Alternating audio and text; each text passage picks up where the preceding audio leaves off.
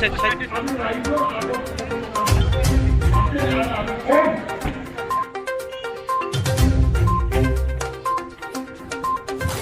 ধন্যবাদ স্যাৰ আৰু আমাৰ ইয়াত কেন্দ্ৰীয়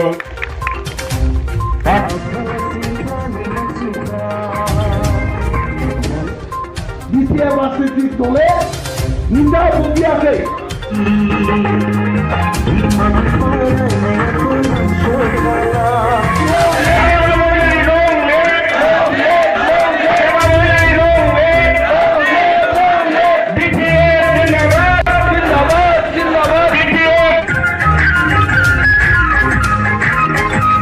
আজি কাৰ্যসূচী মানে যোৱাকালিৰ পৰা আমাৰ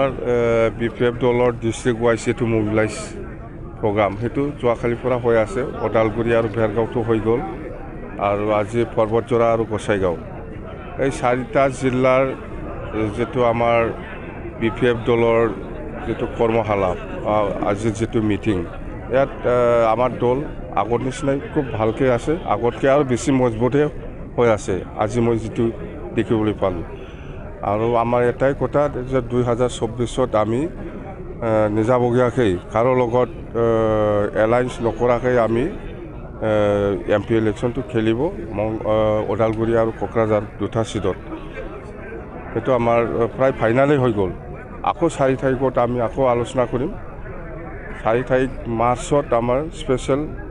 ডেলিগেট ছেশ্যন হ'ব বৰমাত চেণ্ট্ৰেল BPF দলৰ সেইখিনি কথা